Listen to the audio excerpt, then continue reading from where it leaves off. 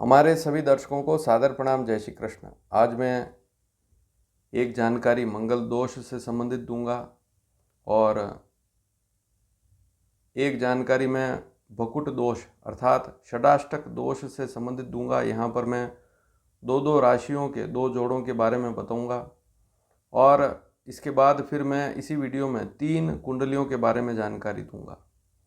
तो इस चैनल पर निरंतर प्रश्न आ रहे हैं और इस वीडियो के माध्यम से लगभग 6 प्रश्नों के जवाब दिए जाएंगे और महत्वपूर्ण जानकारी है आप तक पहुँचे, इसके लिए पूरा प्रयास कर रहा हूँ।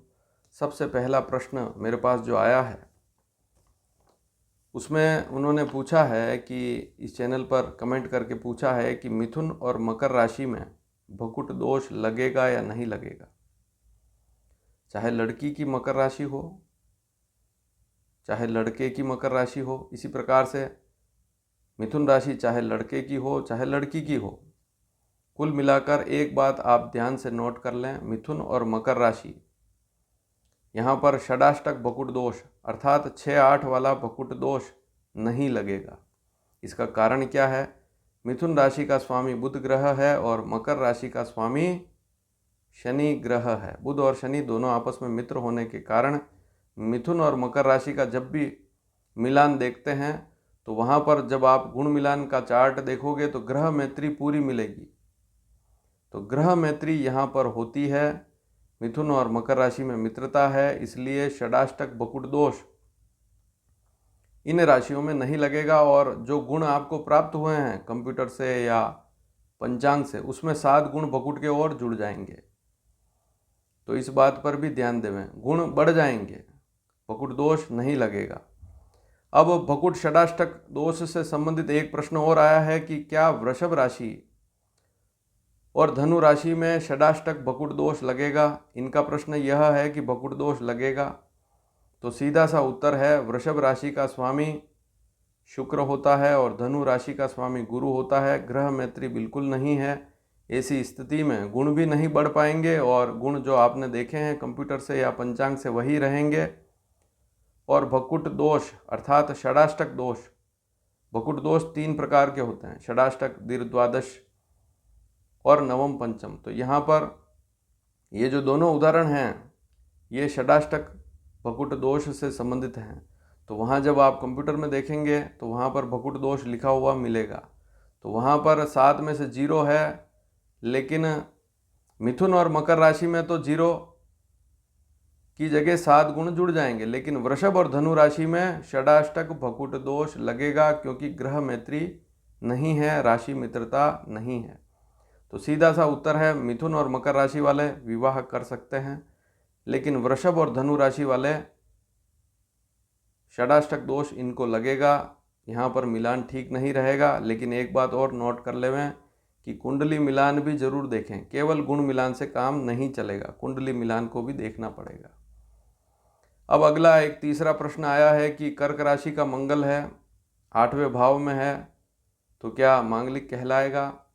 तो कुंडली पूरी देखनी पड़ेगी, मंगल पर गुरु की दृष्टि है या नहीं, केंद्र में चंद्रमा है तब भी दोष खत्म हो जाता है, शुक्र बलवान है तब भी दोष खत्म हो जाता है। तो बहुत सारी स्थितियां देखनी होती है। लेकिन ज्योतिष शास्त्र में कई स्थानों पर नीच का जो मंगल है, कर्क राशि का जो मंगल है, इसके बारे में स्पष्ट लिखा है कि कर्क राशि का मंगल हो तो ऐसा मंगल मांगलिक दोष की श्रेणी में नहीं आता है, चाहे किसी भी भाव में हो। तो आपने इस विषय को समझ लिया होगा। अब अगला प्रश्न है, वापी का जन्म है इस बच्चे का, लड़का है, 4 सितंबर 1989। अब आप सोच लें 34 साल की उम्र हो चुकी है। सुबह 6:32 का इन्होंने जन्म समय बताया है। अब इनकी कुंडली में पंचम में शनि है जिसकी सप्तम भाव पर दृष्टि है, सप्तम भाव में राहु है। सबसे पहले तो राहु और शनि के वैदिक मंत्रों के जाप किसी अच्छे विद्वान पंडित से करवाएं। और राशि इनकी कन्या है, गुरु इनकी कुंडली में मिथुन राशि पर स्थित है। थोड़ा सा भी ध्यान देंगे तो अगले साल अप्रैल के बाद योग बनेगा। तो पहला योग कब है? अगला साल जो है 2024 अप्रैल के बाद योग बनेगा। और जाप कराएंगे तो हो सकता है अभी भी लाभ मिल जाए। और सबसे बड़ा अगर योग देखें फिर भी ध्यान नहीं देंगे तो इनकी कुंडली में शनि और राहु का ऐसा योग बन रहा है कि ऐसा ना हो जाए कि कहीं 14 मई 2025 के बाद ही विवाह हो, तो इस बात पर भी ध्यान अवश्य देवें। तो अभी वैसे यूँ देखें तो इनका जन्म 1989 का है। 89 इसका सीधा अर्थ हुआ 34 साल की उम्र, लेकिन यह उम्र और साल 2 साल और लग सकते हैं, ग्रहों के योगों को देखकर ऐसा लग रहा है। तो ध्यान देवें और उपाय करें, राहु शनि के जाप जरूर करवाएं। लग्न में भी अगर इनकी कुंडली में देखें सप्तम में राहु है तो लग्न में केतु, लग्न भी पीड़ित है। सप्तम से सप्तम लग्न भी पीड़ित है। हालांकि मंगल दोष इनकी कुंडली में नहीं लगेगा, मंगल की पूजा कराने की आवश्यकता इनको नहीं है, क्योंकि मंगल एक तो अस्त हो गया है और मंगल सिंह राशि का भी है। वैसे चाहें तो मूंगा धारण कर सकते हैं, इनके लिए ठीक रहेगा। पुखराज रत्न भी धारण कर सकते हैं, यह भी इनके लिए ठीक रहेगा। अब अगला प्रश्न आया है, एक बच्चे के बारे में प्रश्न पूछा है कि 14 जनवरी 1995 का जन्म है, 10:38 सुबह का जन्म है, गोवा का जन्म है। गोवा के पास कोई स्थान है, वहाँ का जन्म है। और इनका प्रश्न यही है कि शादी कब होगी। 95 का जन्म है। मई 2024 के बाद योग बनेंगे, अभी से कोशिश करें। सप्तम भाव में इनकी कुंडली मंगल है, वक्री है। हालांकि सिंह राशि का मंगल है, लेकिन फिर भी सप्तम भाव में मंगल है, कुंभ लग्न की कुंडली है, इसलिए किसी आचार्य से मंगल के जाप जरूर करवा देवें। हालांकि मांगलिक नहीं है, लेकिन मंगल यहाँ पर पीड़ा देता है। मांगलिक नहीं कहा जाएगा। मांगलिक का अर्थ यह नहीं है कि मांगलिक हो गया तो पत्नी के साथ बुरा होगा या मांगलिक शब्द का प्रयोग करेंगे। मांगलिक शब्द का प्रयोग यहाँ नहीं करना है। लेकिन कुंभ लग्न की कुंडली है, इस कुंडली में मंगल तृतीय भाव और दशम भाव का स्वामी होकर सप्तम भाव में बैठा है, चाहे मित्र राशि पर है। हालांकि सूर्य इनकी कुंडली में अच्छी स्थिति में है, लेकिन लग्न में शनि है। सबसे बड़ी बात, सप्तम भाव में मंगल वक्री है। तो मंगल के जाप आप चाहें तो करवा सकते हैं, और अगर नहीं करवाते हैं तब भी अगले साल मई के बाद योग बन जाएंगे। कुंभ लग्न की कुंडली में शनि बुध शुक्र के जाप नहीं कराए जाते हैं, इस बात को समझना पड़ता है। अब एक प्रश्न और है, दिल्ली का जन्म है लड़की का, 16 मार्च 1991। अगर आप इस वीडियो को देख रहे हैं तो इस विषय को समझ लें। 91 का बर्थ है लड़की का, और सुबह का जन्म है, और 5:05 का जन्म है। दिल्ली का जन्म है, 16 मार्च 91। कुंभ लग्न की इनकी कुंडली है। सप्तम भाव का स्वामी सूर्य द्वितीय भाव में मीन राशि पर बुध के साथ स्थित है, और चंद्रमा और बुध दोनों अस्त हैं। चंद्रमा इनका लग्न में कुंभ राशि पर स्थित है। 12वें भाव में राहु शनि है। 12वां भाव, इसमें राहु शनि का बैठना ठीक नहीं है, और गुरु भी 6ठे भाव में केतु के साथ स्थित है। लेकिन सबसे बड़ी बात, मंगल भी 4थे भाव में है, वृषभ राशि पर। तो चाहें तो मंगल के जाप करवा सकते हैं, लेकिन मंगल के जाप यदि नहीं करवाते हैं तब भी, या करवाते हैं तब भी लाभ वाली स्थिति यहाँ पर कम है।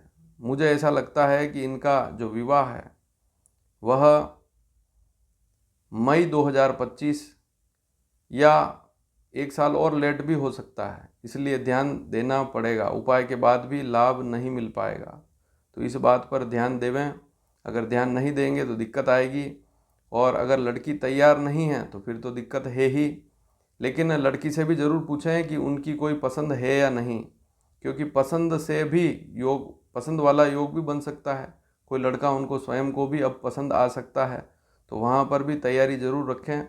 लेकिन यहाँ पर अगर देखें तो स्थिति थोड़ी सी देरी वाली लगती है। सूर्य द्वितीय भाव में मीन राशि पर है, तब भी स्थिति देरी वाली बनेगी, क्योंकि एक तो चंद्रमा अस्त है।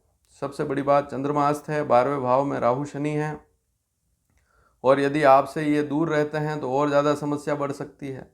तो इस बात पर भी ध्यान जरूर देवें। गुरु भी 6ठे भाव में कर्क राशि पर है, तो यह योग लेट हो सकता है। 1-2 साल और देरी हो सकती है, बिल्कुल देरी के योग यहाँ पर बनेंगे। और चाहें तो मंगल के जाप आप चाहें तो करवा सकते हैं। इसके अलावा आप चाहें तो राहु के भी अगर लड़की तैयार नहीं है विवाह के लिए तो फिर कुछ हो नहीं सकता, लेकिन चाहें तो राहु के जाप भी करवा सकते हैं। तो मंगल और राहु के जाप करवाएंगे तो स्थिति थोड़ी सी सुधार वाली रहेगी। और लड़की चाहे तो स्वयं भी भगवान शिव की अधिकतम उपासना करे। अभी श्रावण मास चल रहा है, रुद्राभिषेक जरूर करवाएं। और इसके अलावा और नहीं ज़्यादा को कुछ नहीं कर सके तो भगवान शिव जी को रोज़ जल जरूर चढ़ाएं, तो उससे भी लाभ अवश्य मिलेगा। लेकिन यहाँ पर मुझे ऐसा लग रहा है कि अभी 2024 नहीं 2025 या 26 में योग बनेगा। तो ये कुछ प्रश्न थे और उनके जवाब मैंने दिए हैं।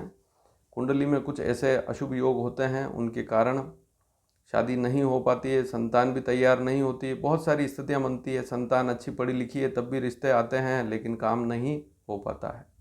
और बहुत सी बार अच्छी शिक्षा है, अच्छी नौकरी है, तब भी रिश्ते ही नहीं आते हैं, तो फिर समस्या और ज़्यादा बढ़ जाती है। तो ध्यान देंगे, उपाय करेंगे तो लाभ अवश्य मिलेगा। और वीडियो कैसा लगा, पसंद आया हो तो शेयर ज़रूर करें। और हो सकता है आप भी कोई कमेंट करें, उसका जवाब कभी मैं संभव होगा तो दे पाऊँगा। धन्यवाद। जय श्री कृष्ण।